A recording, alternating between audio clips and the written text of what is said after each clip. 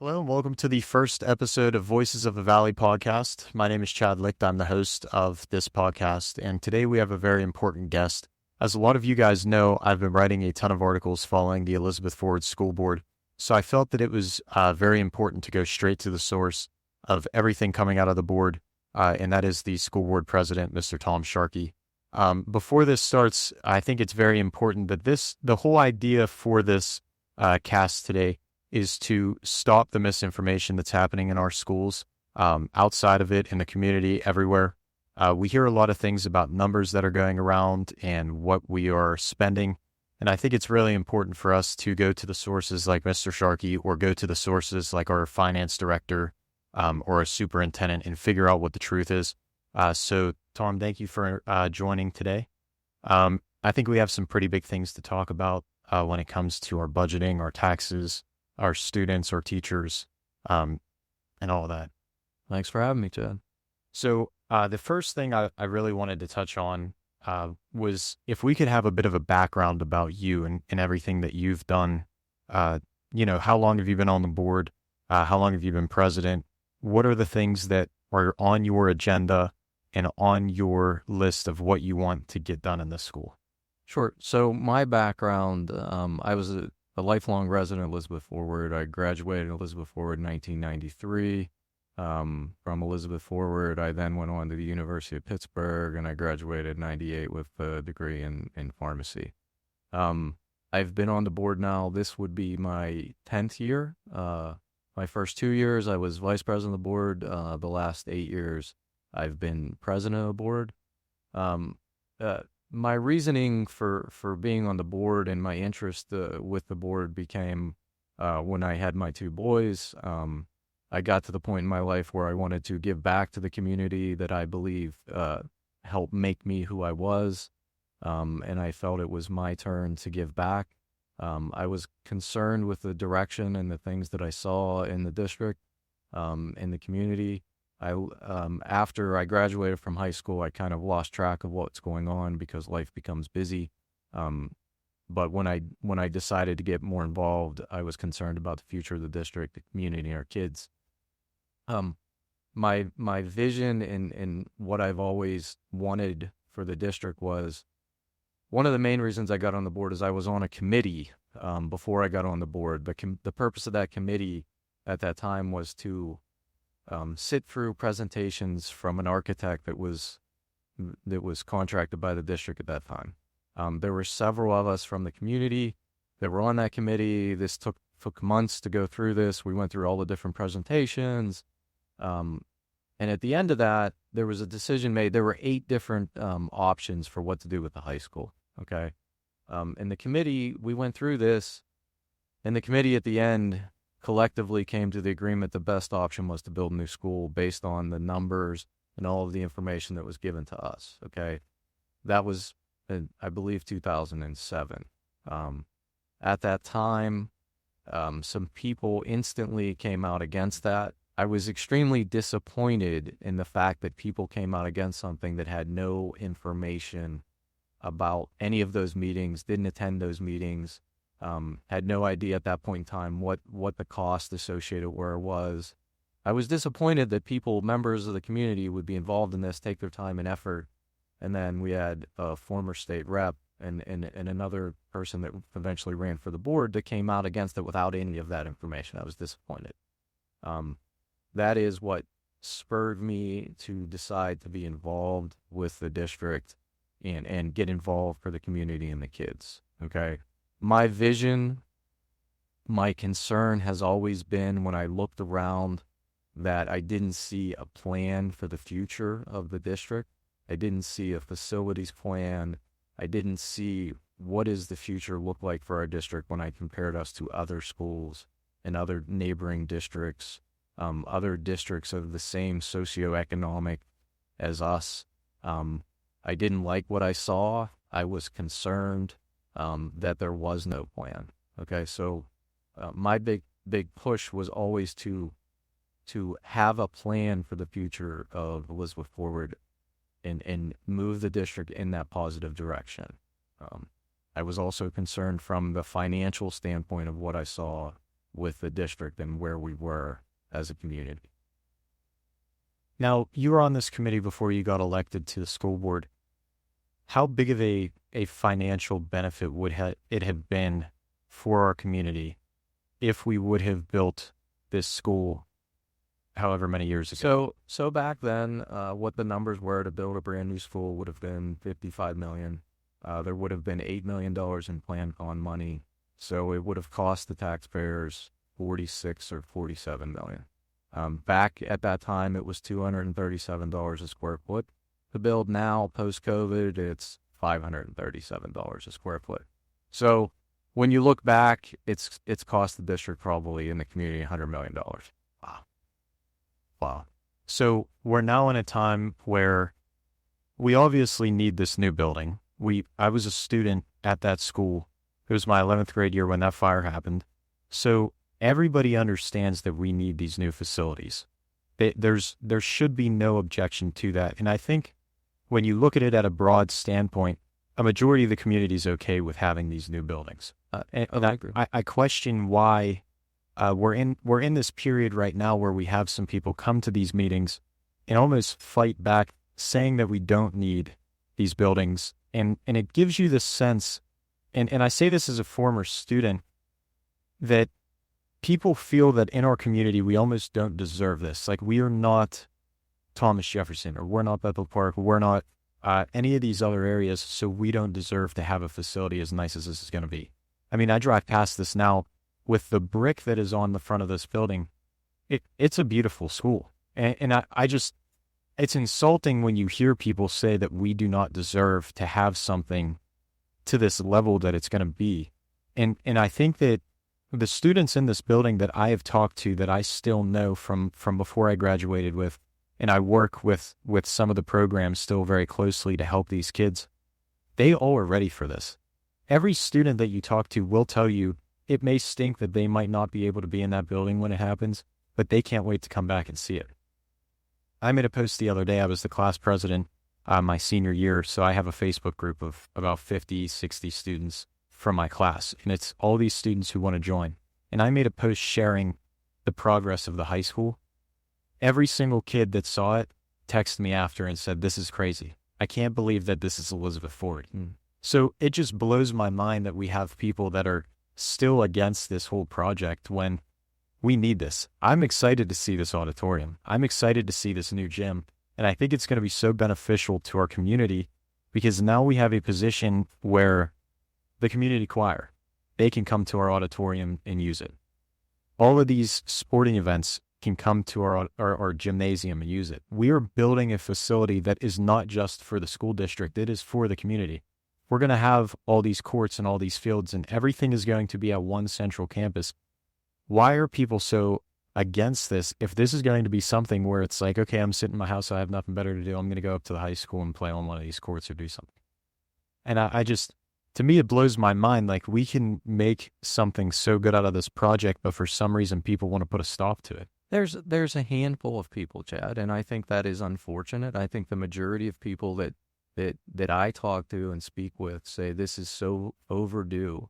And I can't agree with you more that I have always been disappointed that people believe, there's a handful of people that believe our children don't deserve what other districts that are comparable to us have.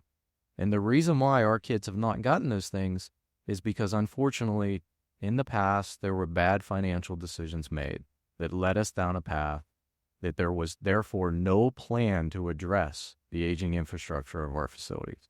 And I can't make it. You went through that high school, Chad. I went through that high school. What people don't see in that high school was the infrastructure and how bad it was, from the steam lines to the electric service to all of the utilities. Everything from that standpoint was at its end of life. It was at its end of life 20 years ago. And people closed their eyes and hoped for the best. And what ended up happening is your school got interrupted because of a fire. Yeah. Because we didn't address the things that have been documented for the last 20 years that needed to be addressed. Why didn't we address them? Because bad decisions were made in the past. Okay? It took the last 10 years to right the ship financially. When I got on the board, we were $3.2 million in the hole. $3.2 million. We had to take out a tax anticipation note every time in the summer to pay our bills. Okay? Over the course of the last 10 years, also when I got on the board, we have 6 buildings. We had no capital improvements plan. No plan to upgrade, maintain. There was no money put away. There was no budget to improve your buildings when you have 6 buildings. All of these things made absolutely no sense to me. How do you maintain a district? You can't. So, through those years, we worked on building a fund balance, having a capital improvements fund. Over the years, we went from a negative 3.2 fund balance to $11 million fund balance, all knowing we were going to have to maintain these buildings, to have a plan for the future. And I take it very personal that our children, when people come and say that our kids don't deserve what others deserve, okay? What we're doing up the high school isn't over the top. It is very fitting for Elizabeth Forward. Give our kids what they deserve every day to be proud of. And these kids, they go to all these other districts and they see what other districts have. When I talk about other districts, I'm not talking about Peters Township, Upper St. Clair. I'm talking about Ringgold. I'm talking about York. I'm talking about Southmoreland. They go to schools that are very similar to us, very similar socioeconomics, and they all have nicer facilities than us. So I can't agree with you more, Chad. Yeah, and I honestly think that's something that gets lost in the mix too, is we have people saying that we're not Thomas Jefferson. And I think people understand that, so they try not to say that too much. But like you're saying, there are other schools who are on the same level financially, if not less. Yes, and they still have improved buildings. Absolutely. And like you're saying, that doesn't happen overnight. These schools weren't just like building these brand new things. They did not forget about certain things. They didn't just push stuff to the side and say, we'll worry about that 10 years from now whenever we have the money for it. And they had a plan. Yes. If you take South Allegheny, I would say their facilities are nicer than ours. Okay, they have a new stadium. They have 2 sites. What did they do? They consolidated. Mm-hmm. They right-sized. I'd rather call it right-sized because they knew. Okay? South Park, all new buildings, same thing. South Park, right-sized. Yeah. Many, many districts have done this over the past 15 years because you have to have a plan for your adjustment and enrollment, which has just occurred across the whole country because of declining birth rate. Yeah. Well, and not only those, we have all these schools in the past that are doing it, and some people would call that a mistake at some point, but you have schools doing it right now while we're doing it too. And when you look into their communities, there's nowhere near the amount of complaints that we are receiving. I mean, our community, I feel sometimes can be stuck in a time that we don't need to be in, and it is time for us to move forward. And I fully agree with what, when the students went back to school, the news was there. I forget what station it was. They were there and they said it's time for Elizabeth Forward to move forward. Agreed. The students had it best. Yes. And that is the greatest statement for us to make as a community because we have been stuck in a time. I mean, there's not a lot of schools that you go to that are still in a facility that is the age of Elizabeth Forward. Agreed. And there's not a lot of alumni associations that are able to walk into our building and say, that's what it looked like when I went here. So agreed. I think that this whole project is so beneficial to the community, and it is going to show people that we are going to get more teachers to want to work here. We have a teacher's contract coming up, and we'll get to that. But we are going to improve these facilities. We have air conditioning now. We have heating that works. We have these new technology abilities with all this stuff we have. We have these new auditoriums. We have all these new conference spaces with these lobbies that teachers can use for projects and they can use with their students. And we have all of these things now, these resources that teachers did not have before. Mm-hmm. So you're not only improving the facility for the students who are in these buildings every day, you're improving them for the teachers who are in these buildings sometimes longer than the students and more than you're improving it for everyone, the community members, the teachers, the staff, and your student body. Yeah. And I think that's a huge thing. Mm-hmm. And the number one thing that's wrapped into this, and we have to talk about this because this is important, is the tax base. We have a community that is very small. We do not have a large tax base. So we have a lot of people complaining about this construction project and saying they think that this construction project is going to cost the taxpayers a lot of money. When we listen to our director of finance, we see that that's not the case. He showed a presentation prior to the primary election explaining that the reason that we had to raise our taxes this year, one was because we didn't raise them last year. So he explained last year that if we were not to raise the taxes that year, we would have to raise them the next year. All 9 board members knew that. So I think that's an important point to make too. Every board member knew that a tax raise was coming. Great. So, you know, for some of these things or opinions to change because of an election year can be upsetting. You knew it was going to come. So when it came to the table, it was this raise, which really in the long run does not become as expensive as people think it is. They see the number, this 5.6% or whatever it was, and they think that's a big, it only adds a couple extra dollars onto, which can be hard for some people. And we understand that. But I think it's important to know that there are some things that are playing into this that aren't the construction. Special education is something that is causing us a great amount of money. 1.3 million, Chad. It's gone up in the last year. And that is insane. Correct. That is absolutely insane. Our cyber schools. Cyber charter hurts every school. It hurts in every Pennsylvania. school. Every Yes. school. And that cyber school is something that's even worse because this is at the fingertips of any student. I mean, a student could go cyber like that in one day. It takes no process, no approval. Correct. You just go into it. So now, as we have this cyber school growing, and we have students who are going into these schools or texting their friends from home and saying, "Hey, by the way, I joined cyber school. I do 2 assignments a day, and then I go back to bed, or I go out and do my own thing." Right. If I'm a student, I'd be like, "Oh, wow, that sounds appealing. Like, why don't I just join that?" And the problem with cyber school, Chad, and some kids, it works for them, and it's good that they have options. But the problem is what our state has done is cyber schools for special ed and for regular students get the full price. Okay, $15,000 for special, for a regular student, $28,000 for special education. Even though those schools don't have the overhead that we have as a brick and mortar district, that's not fair. Yes, they don't have the facilities. A lot of the time, they don't have the staff. Correct. They don't have the administrators. They have a couple people.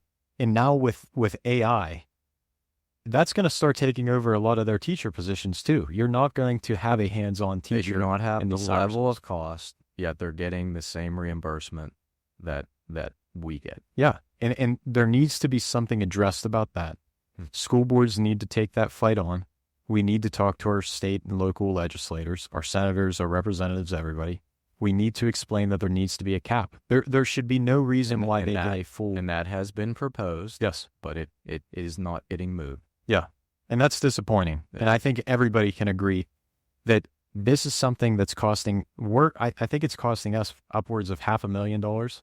About $570,000. And so our district is fortunate because we're on the low side. Yeah. But it still hurts. Yes. That's still $500,000 that we have to dedicate to this that could be dedicated to something else. Probably something worth better while, like putting into our facilities or something like that. So that's crushing us. And then will really hit us this year with the governor's budget and with the state budget. And all of this, you know, our state is in a position right now where everybody's fighting about this budget. We're not passing the right things.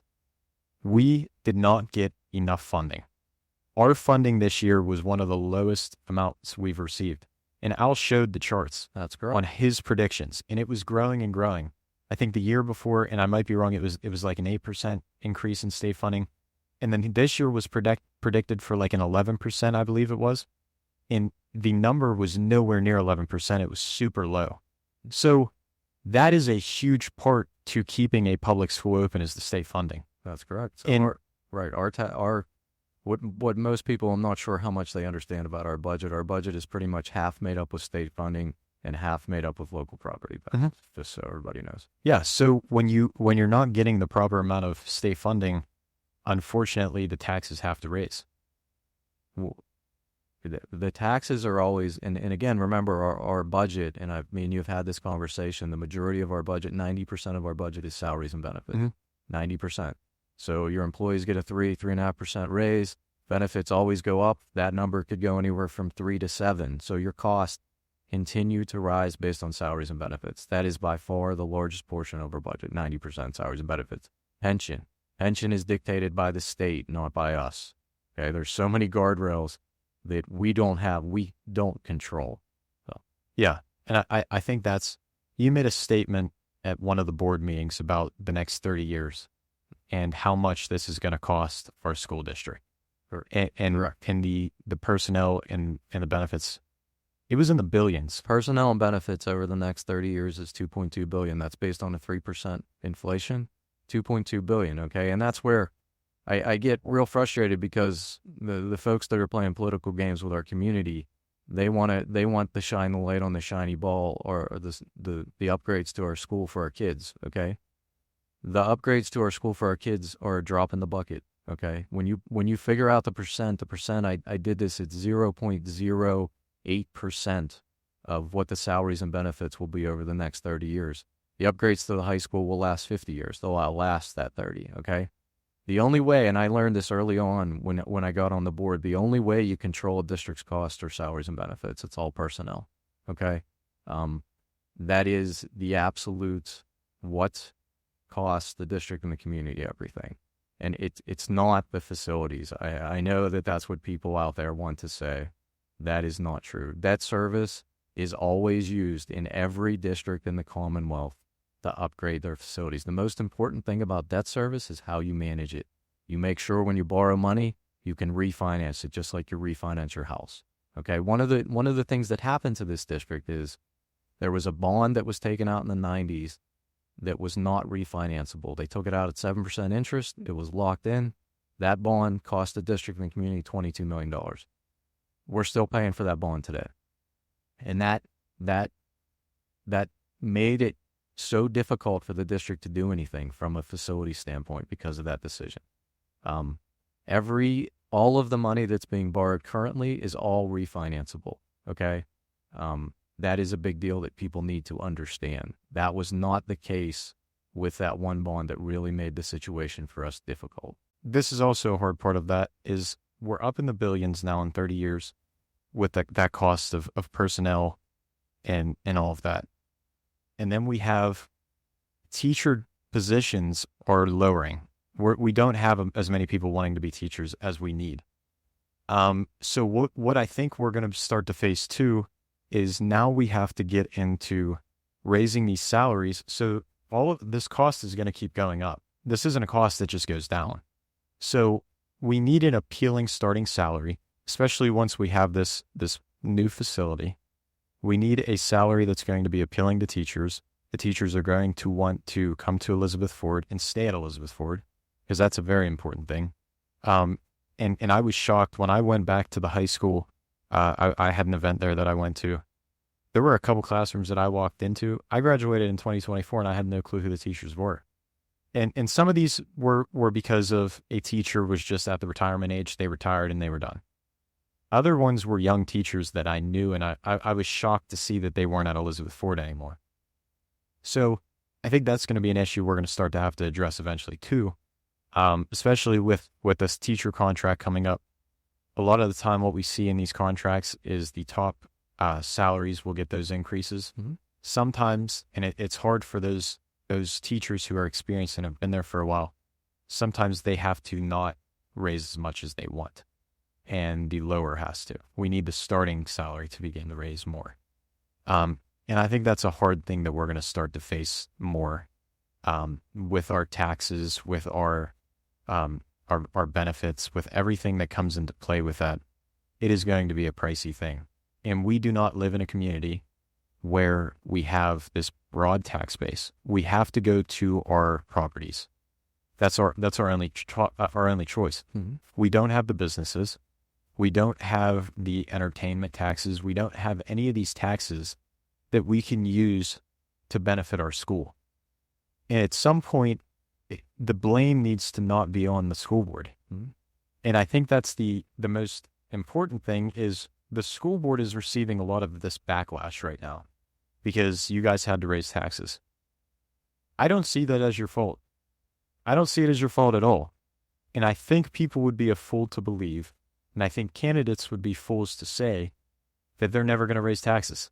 you have to raise taxes. If you're going to have a successful district and you're going to, and again, 90% of salaries, 90% of your budget is salaries and benefits, unless you're going to find a way to not give people raises and not pay for increases in health insurance, you're going to have a very difficult time running a budget that way. Yeah. And that has been done to us in the past. That is why we lived on a credit card for many years in the summertime and had to borrow money to make payroll. Yeah.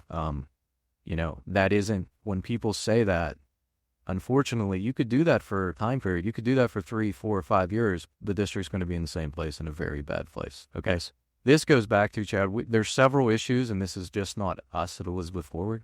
This is everywhere. There is a crisis in teachers. People do not want to become teachers now. Mm-hmm. Okay. That is not just in Elizabeth. That is everywhere. It's across the state. Okay. It's a big issue. Yeah. It's a big issue for our kids. It's a big issue for communities. So, and then post-COVID, everything costs more, inflation. Okay. It's a multifaceted problem. Okay. And again, this is another reason that you go back to, why is it time to right size? Okay. This is one more giant reason why you want to right size. You want to be as efficient as possible. Everybody says you need to run it like a business, right? However, educating kids is very different than a business. But this right-sizing the district is what's best from an educational standpoint, it's best from an efficiency standpoint, and it's best from a financial standpoint. Okay, but these issues are bigger than Elizabeth Forward. They're much bigger than Elizabeth Forward. The teacher shortage is really the biggest issue of why we're struggling to retain teachers more than ever. Okay, it's very difficult. It was very difficult before to find science teachers. It's way more difficult now. Okay, and the specialty teachers, the Spanish teachers, the market has just become so thin. It's very much supply and demand. And again, that struggle was much bigger than it was before. Yeah. And it hurts our kids. It hurts our community. I am very concerned for public education because of the lack of people that want to pursue those careers. Yeah. Yeah, and I think that's a big issue, especially, and like we go back to this our taxes. We don't have a lot of teachers who live in our district specifically. And I think that's a point that should also kind of be made at some extent too, where you have a community who is upset with these tax raises, understandably so, because it can be hard for our older population. And Elizabeth has a lot of older residents. So that makes sense. But it's hard because we know that we need to satisfy our teachers. Mm-hmm. We know we need to take care of them in our contracts. But when they don't live in the community, they don't understand sometimes the burden that can put on to certain residents. Agreed. And I don't say that as if they're selfish. I just say that as a broad point. Like, it is sometimes more encouraged to have teachers who live in the community, because then you can have teachers who are, yes, not exactly happy with this starting salary, Mm-hmm. but they can understand why this community has to be at this kind of standstill. Like I said, we don't have the tax base. We do not have the industry. We have a strip of 51 that we could build up to be beautiful. That's correct. And for some reason we don't. Right. And that is crushing our school. And that's crushing our school board. And it's causing the community to turn a blind eye on stuff that's really important and just attack the school board for no reason. Correct. And that's what I think the point of this podcast, the point of my articles, is to just inform the community as best as I can. Because I think that there is a lack of information. I don't know who's to blame for that, but I think that people need to be informed and they need to know what's going on. So let's talk about the high school project, okay? Because, the high school project and what occurred on the fire and the misinformation that exists in this high school project that people are seizing on, which is very unfortunate. Again, I said we were building a fund balance because we knew this day was coming, right? We had to right the ship from a bond standpoint, which we did. Our bond rating now is a AA, okay? So over the last 10 years, that's what we've worked to do to right the ship so we can take care of business. What we're doing now, what we're doing with the high school, what follows with the middle school and central is doing business, okay, which hadn't been done, which is unfortunate. The plan to pay that, there's a multitude of ways. The insurance money, okay, which is still currently under negotiation, which I'm sure anyone that's been in an insurance claim can understand. how complex this one is. Okay, so we have to continue to work through that. So we will continue to maximize that claim. Okay, that's number one. So far we've gotten $5 million in grant money. Okay, that's number two. And then yes, number three, there is the bond. There is the borrowing through the bonds. Okay, that's how the project is paid for and financed. However, to pay the debt service, just like you pay your mortgage, it has been calculated by Mr. Reagan, okay, our business manager, who's done a great job, that right-sizing the district will write that check, okay? It will not be a tax increase to the taxpayers. It's very important for people to understand that. Prior to when all this, there was so much thought and effort into figuring out that piece of the puzzle, okay? So the fire in it, it's a blessing for the community and the taxpayers that we can pull this off and upgrade this place and make it something that the kids are proud of without putting that burden on the taxpayer. Anyone who says that it's not true. Okay, that is not a factual, true statement. So you have to remember every district in Pennsylvania uses debt service to upgrade their facilities. There is not a district out there that does not do it that way. This is normal business. For the last 30 years, unfortunately, we have not done that business. And now we have to. But again, we've come up with a solution to do this without putting the burden on the taxpayers' debt. Yeah. And it's very important. I think another thing with this project, and I want to address this because this was something that happened recently at the time of us recording this. And depending on when this comes out, that could change how recent it was. But we saw a big issue with our heat in the schools. We know that this was something that was planned to be turned on that date for months. I mean, this was something that was already planned. Correct. The community did not know that. So there was a lack of communication there that probably should have been there. But I want to link that back to, because this is something that I was upset with when I first saw the plans and I first heard about the way that this construction was going. So the original spot for the auditorium was where the new gymnasium is going to be. That's correct. The new place where the auditorium is a branch off of, correct me if I'm wrong, the tech education. That's correct. So that is a whole new area that nothing was at. The auditorium is being constructed on. The gymnasium is being built where the auditorium was. When I first heard that, and I heard that the gymnasium was going to be finished first, I was extremely upset with that. Mm-hmm. I thought that was outrageous. We had a gymnasium. We did not have an auditorium. I thought that was horrible. The more that I've thought about it now with these issues with heating, the more I've began to understand, and I just want to make this more of a point for the public who is also feeling that distaste for not finishing the auditorium first. Everything that we need for this school to run is underneath that gym, is underneath where the original auditorium was. That's your boilers, your electric. Every fundamental part to having a building be able to turn on is underneath that specific area. So would it be nice to get an auditorium up first? Yes. We need the gym built first now. And it took me, I don't know why it took me so long to realize that everything is underneath there. Mm-hmm. So that makes total sense. And I'm not really even asking you a question about that. I just more or less want to make that a statement for that. But I can elaborate on that. Yeah. As far as the gymnasium the decision was made to place the gymnasium there with the other gymnasium. Yes. Okay. So it made sense from that standpoint. Okay. The mechanic, yes, you're absolutely correct. The mechanical room, the old mechanical room was under the stage. Okay. Directly where the fire began. Okay. The stage and the mechanical room were in the way to build whatever was built, whether the auditorium was placed there or not placed there. The footprint of the new auditorium, based on ADA requirements and in the world we live today, would have not fit in the same footprint. Okay, the decision was made, and I'm not real sure where it comes along that people didn't think it was an emergency. We had a mechanical room. Whenever I say that, with an electric service. All of our boilers, all of our heat, that was literally covered by a temporary rubber roof. Okay. And we were sitting there looking at this green wall with all of our infrastructure at risk. Okay. So the decision was made. The most efficient way to do that was to create a temporary mechanical room. Okay. So for 1 year, we had to create a temporary mechanical room, bring in temporary boilers, bring in temporary hot water. We were able to maintain the electric service. Okay, during that time, Everything was demoed, construction commenced. Okay.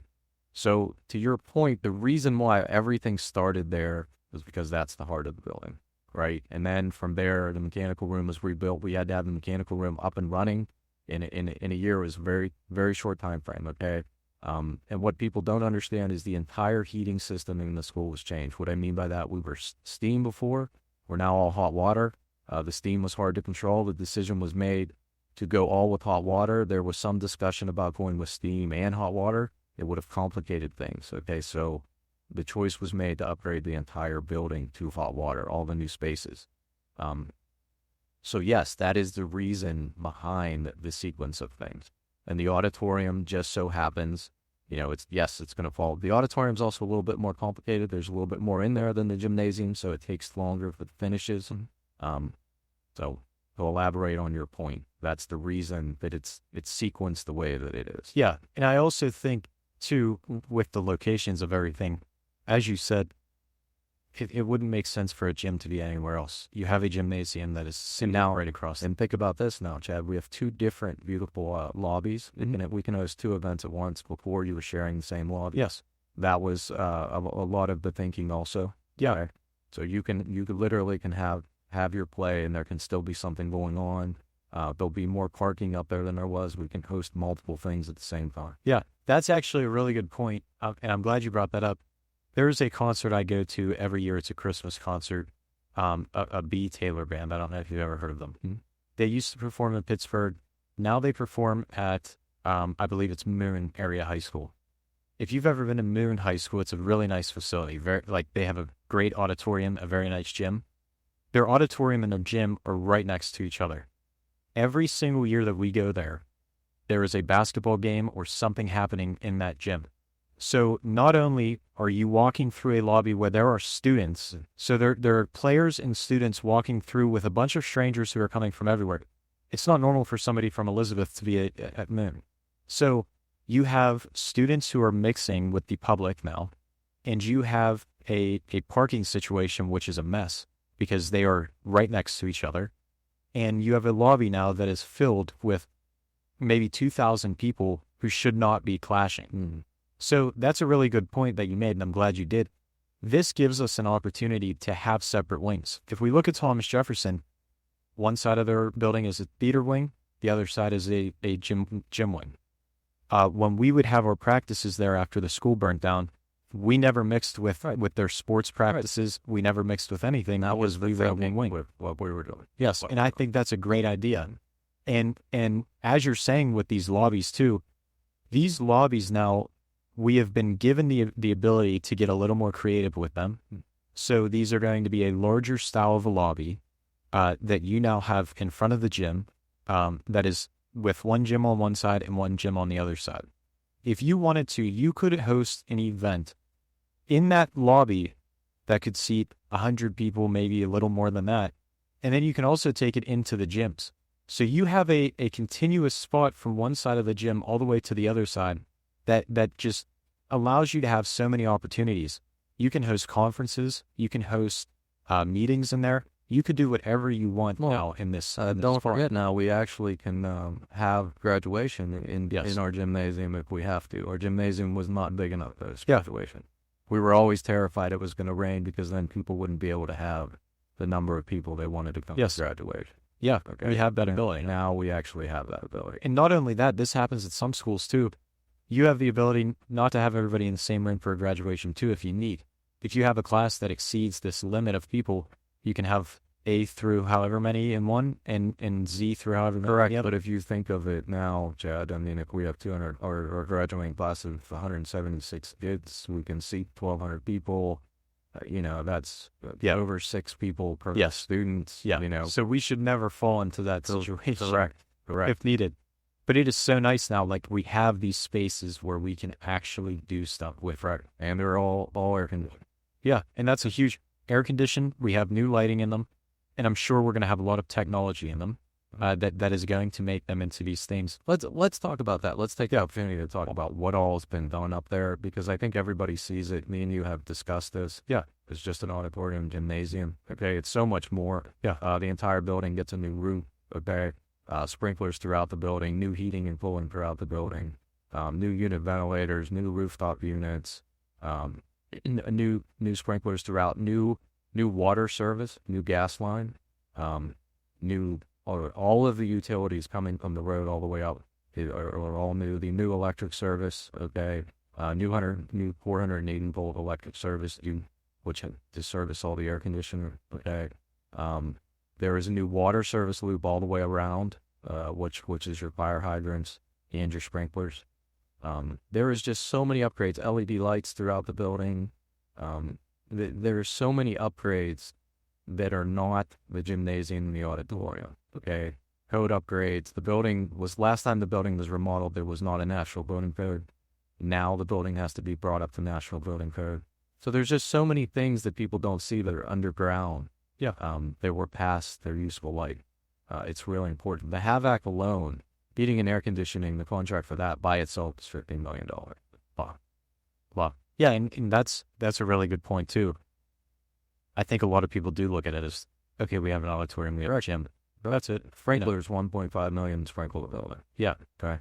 You're going to tell me after we had a fire that the building shouldn't be sprinkled? Yeah. We need all of the new fire alarm throughout the building. Okay. Like, there's just so many things that had to be done. Yeah. Well, not only that, when you walk through the building now, and I saw this when I was there for events, you have doorways now that weren't there. You have doors in the hallways now that there's fire separation. There's fire separations. And again, that's another national building code requirement. They've all been built in 2-hour fire separation between segment buildings. Yeah. And I think you could look at that from the fire standpoint too, and almost from a security standpoint as well. You now have these doors that you can use to block off. We have the gates, of course, but you have these doors now that you can shut and prevent something from getting to another section of the building. So if something were to happen, you can shut these doors for something, There are so many features now in this school that we did not have because we were grandfathered into all of this stuff that we needed. And the air conditioning, I think, is the number one thing that people need to look at and be so grateful for. Because I can tell you, I remember sitting in class and having teachers have to give you water bottles. There would be clubs that would service, that was their goal for the year. We collected donations of money so that we could buy water bottles for when it was hot. So I think that is a huge thing. I know a teacher who had left Elizabeth Forward prior to all of this to go to another school. And the one thing that was said to me whenever I said, what's it like at your new school? It's so nice to have air conditioning. That was the first thing that was said. Not it's a different, not different. And think about all your gymnasiums now have air conditioning. Yeah. You can host events in the summertime. Your auditorium, same thing, can host events in the summertime. I think it just becomes more useful for the community. Yes. Year round. Yeah, 100%. And that's something we performed at the middle school last year. One thing that we noticed was that middle school gets very hot. And we were very fortunate that we did it very early in April where the weather was still kind of turning. So it wasn't obnoxiously hot. But there was one day where it was so hot that our haze machines that was creating the smoke in the room, actually, it was so hot that the smoke was so thick from the humidity and mixing and everything, you couldn't see the stage in front of you. So we had to air the place out and fix that. So now we have this circulating air. It is going to just improve the quality of every experience that you're going to be in there. And there really is, when you look at this project as a graduate of the school, as a parent, as a former student, as somebody who loves this community, there is nothing you should be complaining about with this project. Our students in our community deserve it. Yes. They deserve it. Yeah, and I completely agree with you. And as we've touched on a little bit with the taxes, with the bonds, the debt is something that's talked about a lot. This is a big project. You just said how much a lot of this stuff costs. So we have the insurance money playing in, of course. We have grants that we were able to get. You said $5 million in grants. We have this stuff, and we still have plenty of grant opportunities. I think that we need to go after. Agreed. We continue to go after. But the important thing that people need to understand with the grants, you have to be shovel ready. The project has to be shovel ready. So therefore, if you see and you ask yourself, why are we paying to design a project? If we don't have it designed and ready to go, you can't get the grant money. Yeah. In the past, we never went after that grant money. That has to change, and that has changed. Yeah. So you have to spend the money to be shovel ready to go with these projects. Yeah. When I say shovel ready, that's not just, digging dirt. That's being ready to put air conditioning in. You have to have the engineering and everything figured out, and then go get the grant money. Yeah. And I think that's something that hurt us a lot with the age of our building, with the existing features. Another thing that's brought up a lot is change orders. We have a low amount of change orders. I know that you have made that point to people before. We are at a low level of change orders. But what people don't understand with some of these change orders is it's not just that they messed something up or this company messed something up. It's that they did not know what to expect when coming into a building of this age. And I'm sure they had ideas because they do that. That's their job. But when you fix one thing and realize that another thing's broken, that's just how it works. Well, going to be these orders. Chad, it's very complicated, and I've learned a tremendous amount. If you look at any of these projects, they all have a contingency fund. If we have a contingency fund, it's $3 million. That is built for your change orders. What you have to do is manage those change orders and be disciplined about them. We have done a great job. Dave Masiosu, every single change order that comes across the table is looked at, is scrutinized by Dave McLean, by myself. Any person that can add value to those numbers looks at that before it's given an okay. And there's a term in the construction industry that's called unforeseen conditions, okay? I did not know what that was until you get into a project of this size, okay? The other thing that people need to understand about change orders is that when you have a project of this size, it's not like building your own house, okay? If you're building your own house and you are unhappy with something that occurred, you can pump the brakes, okay? If you pump the brakes in a project like this, the district, therefore, if the district makes that decision, then what happens is you can get hit with delay claims, okay? Delay claims, the contractors can literally charge you for delaying them in their work, okay? So it's not a simple process like building a house. Yeah, it's very, very different. It's very complicated. However, we have done an amazing job. I go and I look at brand new buildings that Bethel Park's building, brand new building that Still Valley's doing. Our numbers and our change orders are better than that, okay? And the whole change order thing, people want to use that as a political ploy to come after people. That's unfortunate. Yeah. It's the nature of the beast. You have to manage them. We've done a tremendous job doing that. It's not fair for people to use that. Again, go look at every school project out there. They all have them. If they don't have them, that is because the architect gave what they call gigantic allowances, and that's just a different way to cover the changes. Okay, so you will not find a project of this size, public education, that they don't occur. Yeah, and I think what you said about the stopping of something because of change order, they can charge you massive money. Absolutely, that's a huge deal. Yes, I mean that is a massive deal. Not only is that a massive deal, but you're wrecking a relationship with somebody who is in control of a project. That's correct. It would be very easy for them to really mess things up. Things go sideways. Yes. You have to have a working relationship with the guys that are doing this job. Yeah. And I can understand why some people, when we look at social media, or really, and I don't want to get into this campaign period that much, but if you look at the campaign period, you have some people who are either saying to candidates, or you have candidates saying that they want to stop things or would encourage a candidate to stop things. That is going to cost this school. I can't even imagine the number that it would cost. And not only it would be the worst thing for the district. Yes, community and our students. It would kill our students. It would. And I mean that in a serious way, because I can tell you, as a student who went to this school, I attended 9th grade during COVID. I missed my whole freshman year. I attended 10th grade. I had an off year with 10th grade. We came back at the beginning. It was still iffy if we were going to be there. We still had masks. It was not a normal year by any means. So 11th grade was a normal year. In February came around, the fire happened. I was in virtual school. The district did a great job. Was I excited to go back to school? I don't know, because I kind of enjoyed being home, but I think most students did. But once I got back in that building, I realized I was doing so much better.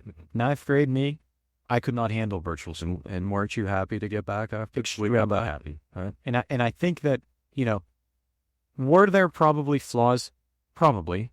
I mean, the smell. Nobody's going to deny that there was a smell. There were no ceiling tiles. But we were back in that building. We were learning. The air quality was fine. There were tests on that every day. Right. Everything in that building was okay for us to be there.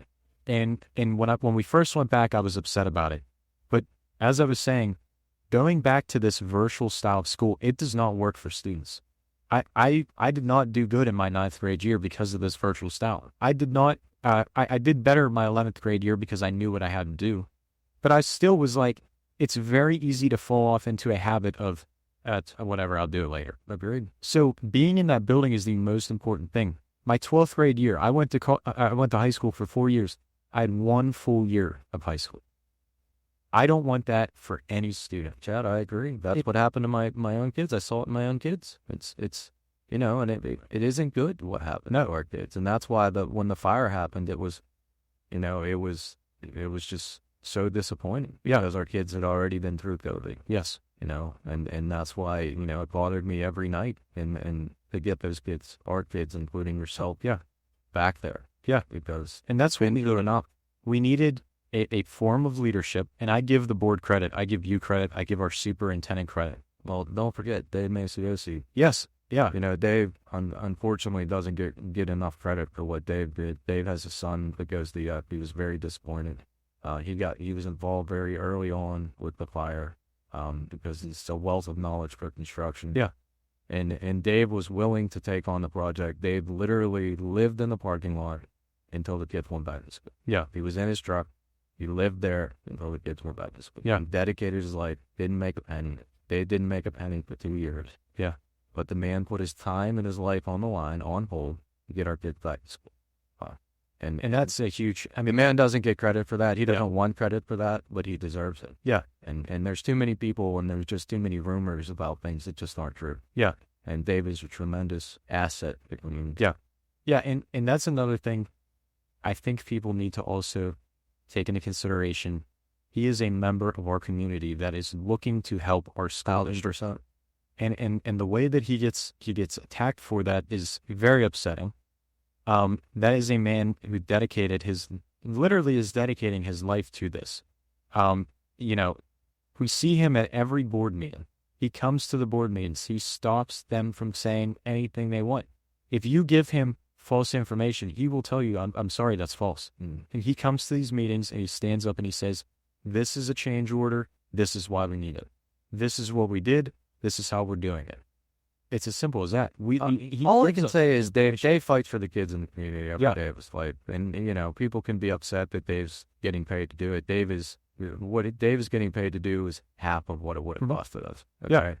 But the man spends 80 to 100 hours a week, and he's devoted to our kids. He's devoted to the community. He's devoted to stretching every single dollar so we can do as much as possible for the same amount of money. Yes, and that's what we need. And that is why we were in that school again after that fire. Correct. And that's important. And honestly, every person involved in that should be credited and should be thanked. That is not something political. No. That is, you got students in a building where they need to be. Students need to be in a building. I am against cyber school. I think that it does not work. I am against virtual learning. I think that it does not work. I've lived it. I think some people probably can do very good in it. I know I can't. So it's difficult for those students who can't. And listen, Chad, that was one of the hardest things. I've been on the board 10 years. And, Mr. Ponick, who's done a tremendous job, he was only superintendent for a couple of weeks when the fire happened. So that was a very difficult time for the community and our students. Yeah. I want to touch on him too, because he quite literally walked into this position right when this started. Absolutely. I mean, there could not have been a more stressful time for him to take on a position like this. A superintendent is already a pretty hard job. I mean, you are the CEO of this school. Absolutely. And that is how it should be looked at. He walked into this and immediately was crushed over it. I mean, this is something that I wouldn't wish that on anybody, to have to do that for the first, the superintendent's job is difficult enough. Yes. Like you said, Chad, you got a very large budget. You have 500 employees. You have 2,500 students. You have all the parents that go with that. You have 6 different facilities. That job's hard enough. Yes. And then this man walked into this job and a fire. And that's a lot of stress. And that's not just stress on him. That's stress on, of course, the teachers. That's stress on our principals. Everyone. It's stress on everybody. And I give him credit, and I give all the admin that I experienced during my time there credit, because they wanted to do what was best for the students. They wanted to talk to us. I can't tell you a time that I walked down the hallway when Dr. Karushkin was there, when Mr. Konyak was there, when Mr. Ralph was there, when Miss Garlow was there, any admin, there was never a time you'd walk down that hallway and they wouldn't say hi to you. They want students to feel comfortable in these buildings, and that is a very important connection for them to make, especially in a time that we were in. We got back from this fire. Did they probably want to freak out on students? Probably, because students were just doing whatever. We felt like, we're not going to be here for much longer. They're going to send us back home. They probably wanted to do that, but what they did was such a good approach, where it was, listen, we need you to be here. This is what is best for you. And it upset me because I heard a lot of people saying that students did not have input in this construction process. Yes, we did not have a sit down with the board because that's not a student position, but I can guarantee you that I remember as a student sitting through a forum with the superintendent. Mr. Konyak had a meeting with a variety of students of all grades. And I remember that very, very a lot, where he had a group of students come to the media center at the high school, and he sat them down and he said to them, this is the project we're looking at. Tell us your opinions. What do you students need? And students told him what they needed. And I'm sure there's posts showing that this happened. I remember that happening. So when I hear that students had no say in this, that's not true. We did have a say in this. There have been forms sent out to the community. You can be a student, you could be an adult, you could be whoever, and fill that form out. What do you think that this should be? What do you think we should do? Anybody can answer this stuff. I was a student who answered those. So we did have a vast variety of our community discuss things. And students and staff had a tremendous amount of input on what's going on in the building. And don't forget, we were in a situation where it was fire. We didn't have the luxury of all the time in the world.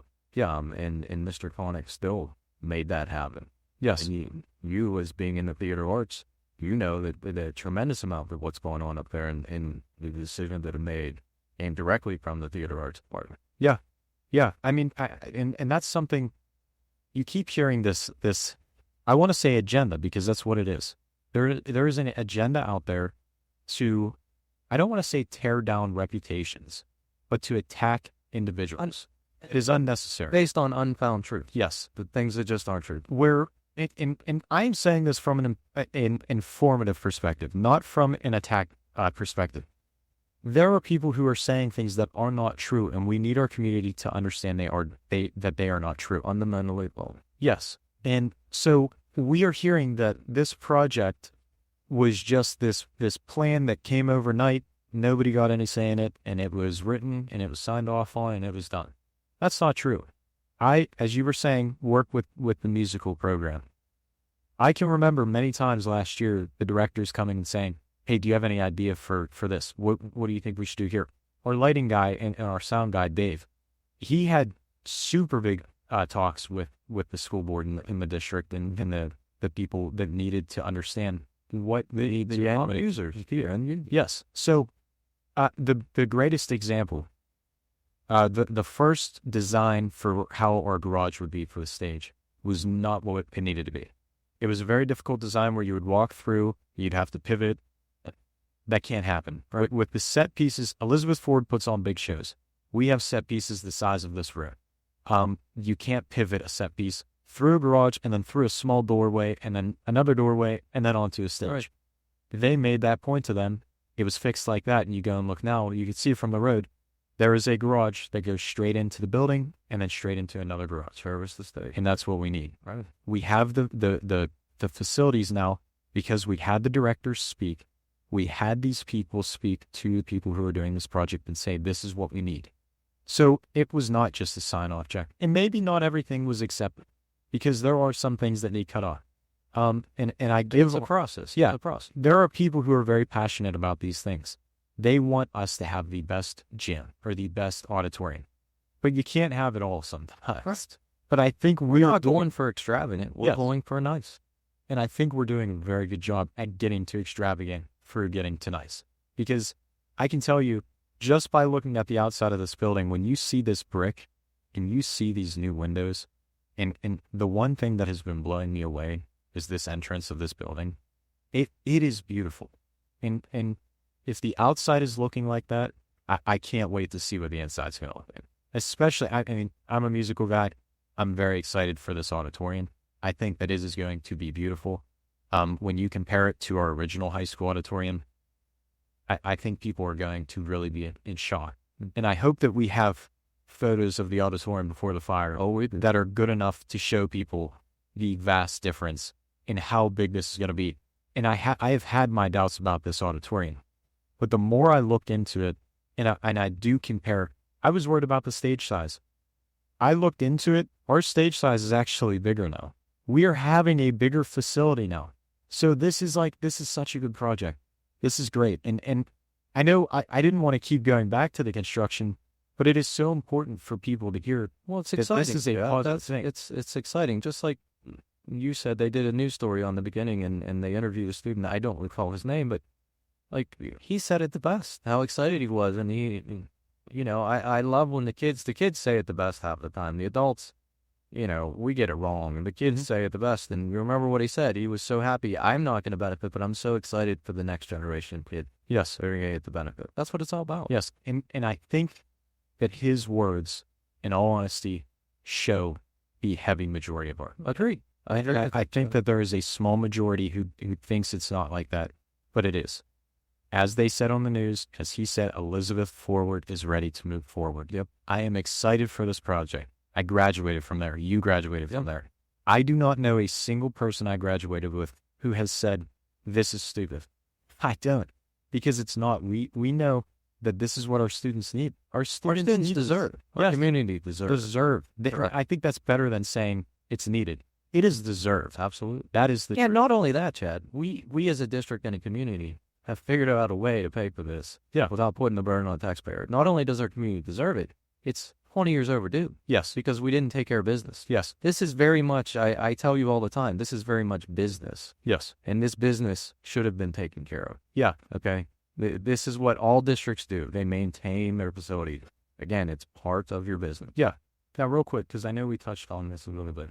Can you break down these bonds that we have pulled out so far? So the most recent was 56 million. 54. Sure. So we borrowed, again, remember what I said. You have the insurance claim proceeds. You have the grant funding. Okay, we borrowed 10 million.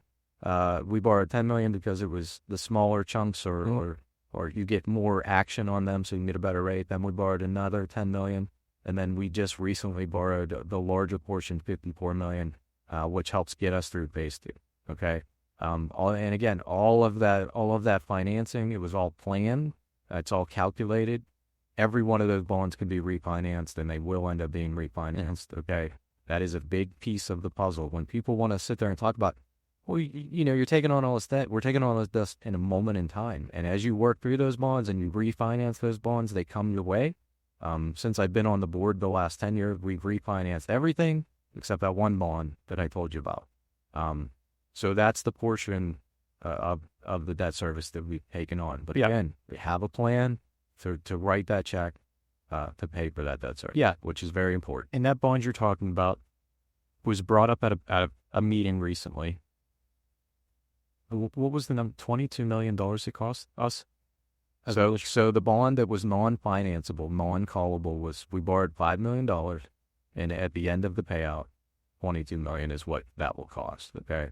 And that is insane. And again, that one's non-financeable. Yes.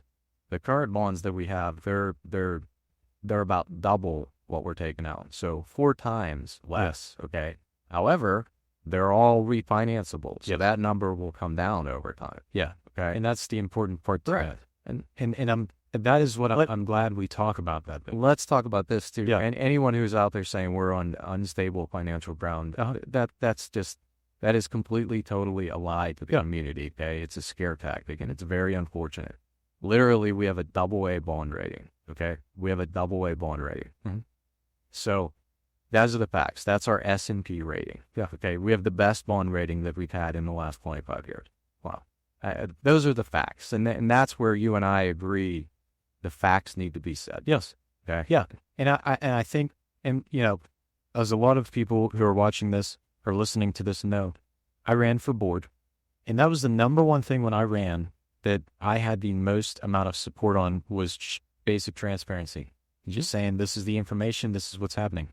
And I hope that this process and everything that we are seeing has encouraged the board and has encouraged our school specifically, because we have a school district account, to begin to share that information more. And this, I think, is a great that Absolutely. we have been able to sit down Very cool. and lay this out. And I think a podcast is such a great way because it is casual, it's comfortable, it gives something for people to put in. I'll write this into an article. This gives people a way to just know the facts. And that is the most important thing for anybody in this community, just to know the simple facts. Well, Chad, what it does is it gives a great resource, because you've had a lot of people tell you that, Tom doesn't say much, he's quiet. And, my time and my energy is focused on my children, the district, my job, okay, just like everybody else. And the current state of the district and what's going on is so time consuming. It is another full-time job for me. It is not because I don't want to provide information to people. It's simply because at times you can imagine your normal life at another full-time job. It's overwhelming. Yes. So I do my best to keep my head above water. Yes. But my goal every day is to move the district forward for the kids in the community. And it's very time consuming. Yeah. And I think a lot of people forget this part too. And this was a very big point that I was glad they made it to meet the candidates tonight. This is an unpaid position. Unpaid. There is no benefit to this except for the benefit that you get to help your community. Correct. This is not like a state representative position or a state senator position or any position like that where you are getting an income that some people can live off of. Correct. So you are doing this, you're volunteering your time. And I know that you volunteer a lot of your time.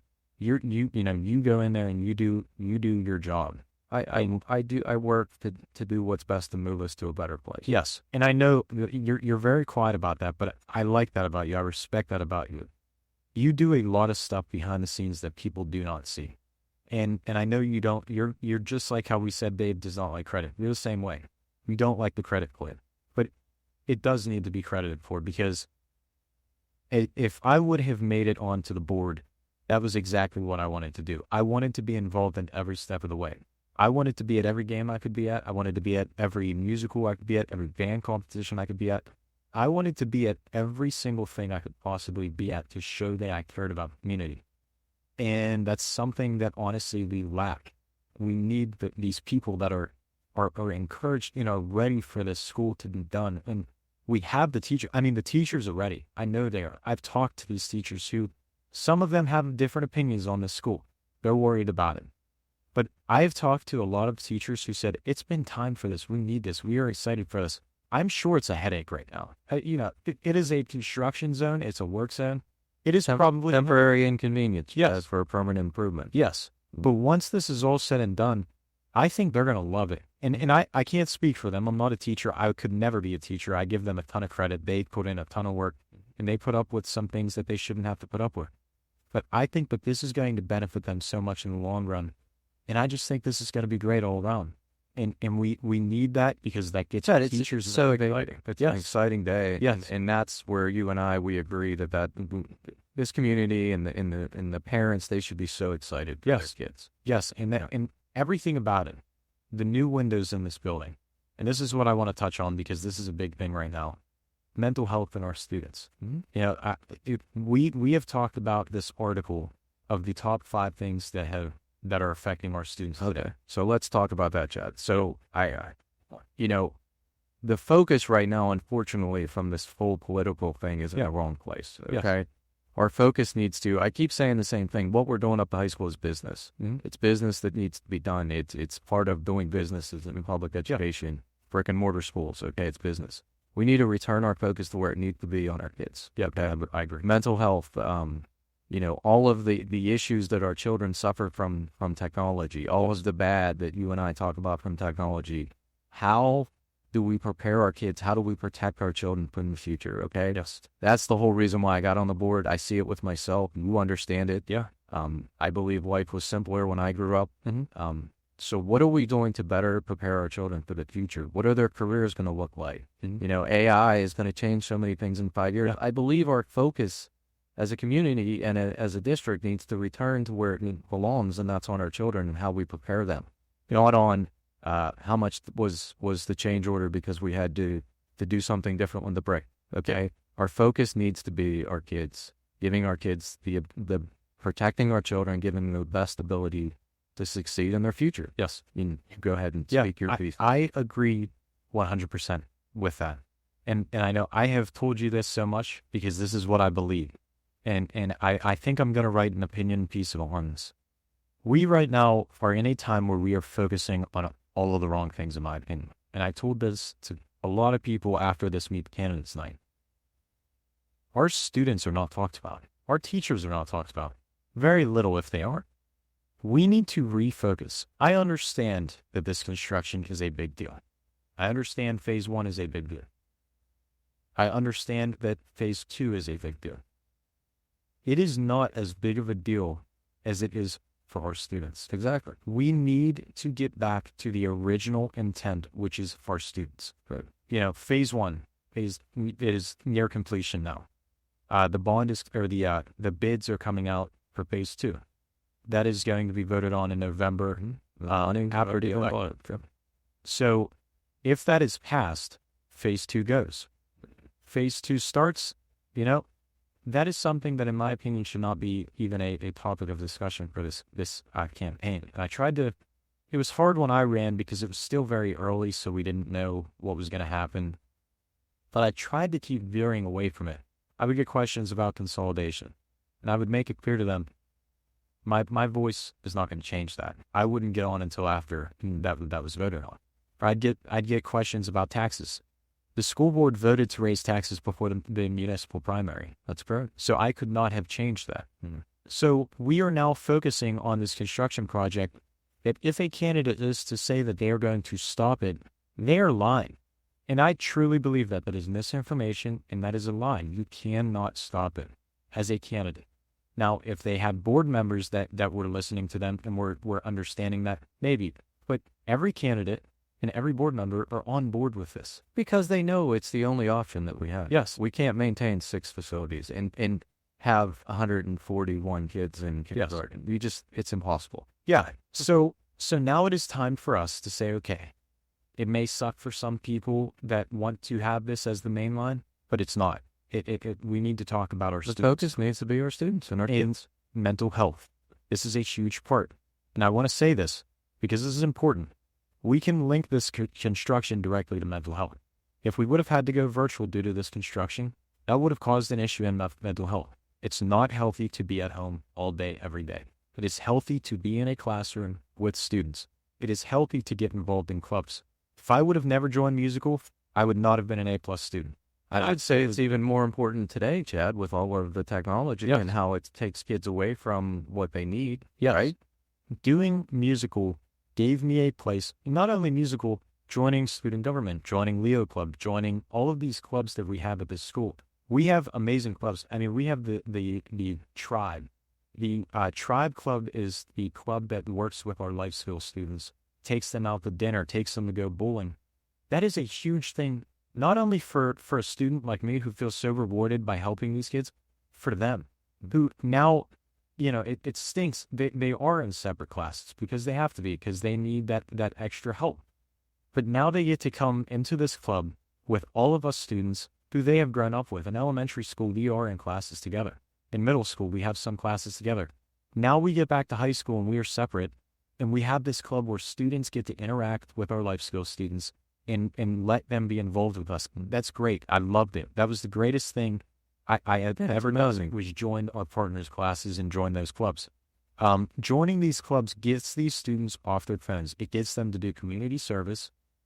if it's the food drives, if it is packing clothes, if it's our winter drives, stuff like that gets students offline and it gets them in a building. It gets them to interact. It gets them in the community. We would go to churches and we would help hand out food for food drives. That's a huge thing. It is so rewarding to you as a student to feel like you are making an impact in somebody's life. Joining a club, joining like musical, joining band, joining the football team, joining basketball, track, cross country, any of that.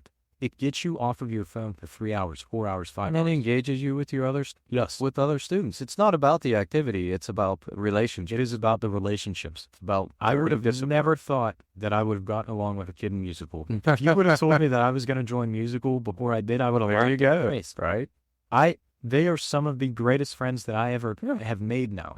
So it is so important because without these things, we would have such a mental health crisis because we would not have students engaging in this communication. We need that. We cannot text each other. We have to have this sit down. And that's why Chaz, the fire, I don't want to get you off track. The fire was, we as a community, as a district, let our community down because that fire, the fire may have still occurred, but it should have been out with sprinklers. It should have been alarmed. Yeah. It should have been out in a very small period of time. We would have had a small period of time that our kids weren't in school. Yes. Okay. Yes. But because we didn't take care of business, and again, it's business. We didn't take care of business. Yeah. All right. Our kids weren't in school for 6 weeks. Yeah. Why? We had the original electric service in the building and things weren't where they needed to be protect the most important thing, educating our kids. Yeah. And what I'm trying to get at basically is being in these buildings and doing these things is such an improvement on individuals. My best friend, I won't mention his name, my best friend was the quietest person you would ever meet. When he joined musical, that was his thing. We were like, does he talk? Like, what's going on? We joined it together. By our senior year, I cried over him because it was just amazing to see the way that he improved over years. And the craziest part of the whole story was this musical, and I'm sorry I keep bringing that up, but that's my thing. We have an opportunity with the musical where like how the football gets to go to states and play on Hershey Field and the Whoop Eagles at Heinz Field or Acrisure Stadium. We have this opportunity to perform on the Benetton stage. I've performed twice on a sold-out stage at the Benetton. That's an experience not a lot of people get to say they performed in front of a sold-out audience at the Benetton. And my best friend, who was the quiet kid that did not talk, that had the same issues, was going through the same things that I was going because we weren't in school. We were uncomfortable with ourselves. We didn't know how to talk to them. We didn't know how to communicate. We had these issues because of not being in school. He performed a duo kind of in a way.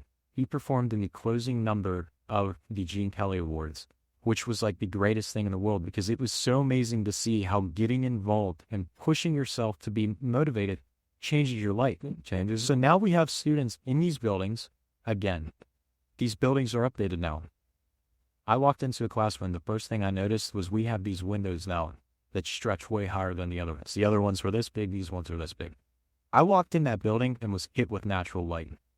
I don't think people understand how big of a difference that makes. So, that's in right now that's in the art wing and yes, the art wing. Yes. and the offices. Yeah. And that in phase 2, that will transition to the rest of the building. Yes, and that is a huge difference. Absolutely. Because it really steps it up and it shows the amount of happiness that you can feel just from natural light. It is so nice to walk outside sometimes and just have that light. It is so nice to be in a building that has that light. And that is scientifically proven that people work better when they are not in a cubicle. And that is what some of our classrooms felt like. So now we have this. We're seeing these improvements, these air conditioning. All of this is going to help our students mentally. Mental health is an issue.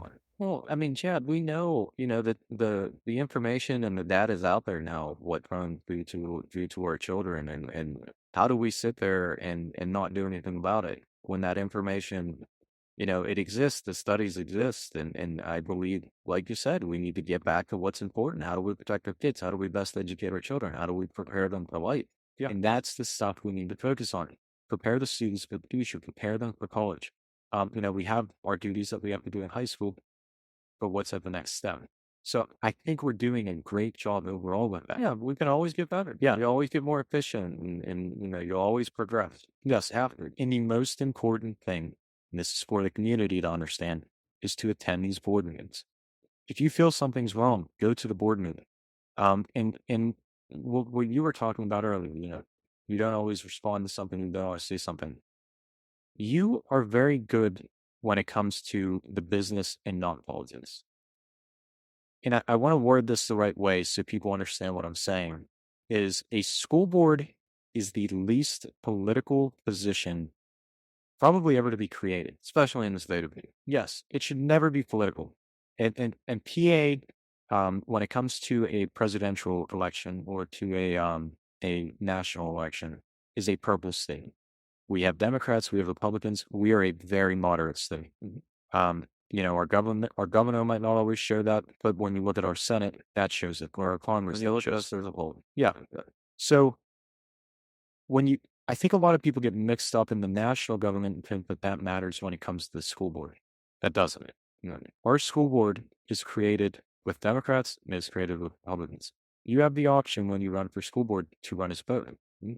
You should, in my opinion, you shouldn't have to register as anything to run. Just be able to run. Right. It doesn't matter what you are. No. So I want people to understand that when you go to these meetings, these are not supposed to be gotcha meetings. You're not supposed to go and make a statement as a gotcha. We need productive meetings. Bring solution. Yes, bring solution. If you have a solution, if you have a concern, bring a way that we could fix it. That's what I tried to do, and that has got me more involved. I've talked to more board members now than I have ever before. Like, you didn't know anything about me. I knew nothing about you. I knew nothing about a majority of the board members. And I always tell everybody, Scott was the only one I ever knew because of musical. Right. You had an opportunity to interact. Yes. So he helped me because I was able to voice my concerns to him. And that gave me that feeling of, okay, this is a board member who's willing to listen. Coming to the board and playing that game of, that gotcha, I to this day can't understand it. It's all about solutions. Yeah. Solutions. If you have a better way, please, let's hear it. We as a community have to work together. Again, it goes back to the kids and what are we doing to make the community a better place within the guardrails that we have in play? Right, Chad? Yeah. Better for our students, better for our overall community well-being. How do we do that? How do we get there? Yes. And I think what we need to get back to is we should stop looking at the school board as a board of directors. Now, I think that sounds weird. We should look at it more of a community project where you're coming to this board for a productive conversation on how we can better our community. How can we better our schools? It should not be me coming to the meeting and saying, this is wrong and it's wrong because you're the one. Right. Agreed. It should be me coming to the meeting and saying, listen, I don't agree with you. This is what I think would be This is my idea. Yes. What do you think? And though I may not be an elected board member, I'm a member of this community and I feel that I can bring something to help you guys. Please let me help. I'm sure out of all 9 board members, every single one of you would not be opposed to that. No. And I think that's what we need. And Positivity, productivity, solution. Yes. And I think another thing is people, and this is this weird thing with all elected positions. People think that anybody elected to a position you can't run it. It's like that. Let them do their job. No, you can't. I got to go to the meeting to talk about it. If you see a board member anywhere, they will listen to your concerns. Agree. That doesn't mean you should be inconsiderate with your time, but a majority of the time, a board member is willing to give you their phone number to say, give me a call when I have this moment so we can discuss it. Right. And that is important. We need to get back to that. It is time for us to stop with this politics. I'm 19 years old. I'm studying politics. I love politics. That's what I want to do for the rest of my life. But I am beyond upset that it is a thing in a school board, period. It shouldn't be. We shouldn't, it shouldn't matter if you're, again, Chad, it's the school board of education. Yes, that's what we're here for. Kids in the community. Yes, how to make it the best we can make it. Yes. Within the guardrails that we play in. Exactly. And it shouldn't matter if you are one side or the other. It should matter if you are the best person to serve on that board and do it as right. If you're a committed person and you want to put in the time and make the place better and help with solution, That's what it's all about. That's exactly. And every person in the community some people have more time, some people have less time, but everybody can bring positive solutions better this place for the children. Yes. And that's how I try to treat everybody in the board movement with dignity and respect, whether they disagree or not disagree. There's you can talk about, you wanted to talk about the majority of the votes, how they've been. Yeah. Yeah. That's a huge thing I want to talk about. And we'll touch on that real quick, because something that I'm hearing a lot recently is that our board is a 5-4 board. There's no truth behind that. And another thing is something that's happening. This is a community board. This is people from our community. There's no reason we should ever be like throwing these random hats at we are people who are volunteering your time. You're volunteering time to do what's right. Right. After a board meeting, if you walk out into the parking lot and stay long enough, you see board members who were just arguing at a table, talking to each other, because at the end of the day, they want what is right. They don't have to agree all the time. You shouldn't agree all the time. You need people with diverse opinions. But when it comes to it, we look at our board, we have these arguments at our board level, which is okay. We should argue, we should say what we think is right. But then when it comes down to it, we're not a board. The vast majority of almost every vote that is, from the time that I've been attending meetings, other than maybe 1 or 2 votes, it has been 9-0. And that's because of the work that goes in, the effort that goes in to bring an agenda to the table that 9 people can get behind. Yeah. It's, that's not a simple task. Yeah. But the vast majority of time over the last 10 years. Yeah. And a lot of people have taken that and made that into an opportunity for them to complain about. And that is not a bad thing. This is a great thing. It is. There are not a lot of boards that can take that and be happy about that and say that we have gotten to this point where we are all ready for this progress. And that's the problem, is a lot of people don't understand we are ready. I mean, the community is ready. And let's address this. Nobody on that board is told how or what to vote. Yeah. Nobody. Yeah. It doesn't work that way. Yes. And we have seen that. Discussion. It's, we have debate and everybody votes the way they choose to vote. Yeah. And I think that is extremely important to note, because we have this idea that this board is not agreeing on things, or some people are going to stop this progress. That is widely unpopular. I mean, phase 1, 9-0. This bond, the bond was 8-0. It would have been 9-0. So this is something that we should be talking about is, okay, I get we're in an election year and we're trying to paint a picture of who the bad guy is to get elected. It shouldn't be going down that path, but unfortunately it is. At the end of the day, everybody stands for the right thing. Right. Everybody agrees that we need to move forward with this. So now it is matter of fact of who is the honest person that will bring the integrity, that will show the board, this is what's right. Let's do it. Let's be responsible members of our community. And that is what we need. And I encourage everybody listening to this. If you feel something's wrong with this board, run for it. But my advice, run for the right reasons. Yes. Or did. Run for the right reasons. When I ran, I tried to run for the right reasons. But what I should have done was talk to the board members more. I was worried too. I didn't know what the right thing was to do. Learning to. And it's a learning. But I want that to be something that people that if they want to run in the future, don't make that mistake either. Talk to all 9 of these board members and ask them what's going on. One little bit of information can change everything. And I think that was something that I can confidently say it's something that's wrong in our community, is the misinformation, because I fell for the traps. I fell for this misinformation. But when you are a member of a community who wants to be informed and is willing to work for that information, you could find it very easily. You could call a board director, you could ask them. You can call up our administration and say, hey, I'd like a meeting. Talk to. Have I ever not answered a question you asked? You've answered every question. So I think that is something that people are worried of, this rejection that's not going to happen. Right. If anything, it might just get put off. There's nothing to hide here. The only thing I'll say about me is some people would say, why you're not on social media? I just don't. Yeah. I just don't have time to do everything that I do and raise my kid and do the best job I can at everything I need to do. That's a distraction. Yeah. And that was why I was really glad whenever we had this discussion about doing some kind of sit down if it was going to be an audible interview, if it was going to be whatever. I was glad that you were okay with doing this and wanted to do this. I mean, you wanted to do this. You were like, let's do it. This is needed. Like, we need a way for the information to be out there. And this is, I think, the best way for us to get there. Um, and honestly, I think that we've covered the issues. I think that these are the concerns that our community has. The construction, the consolidation. I think that we talked about the construction a lot. And I'm sure that there were probably things that we missed that we should have touched on. If you haven't, and we can revisit, Chad, maybe in the future we do things that are specific and specific topics.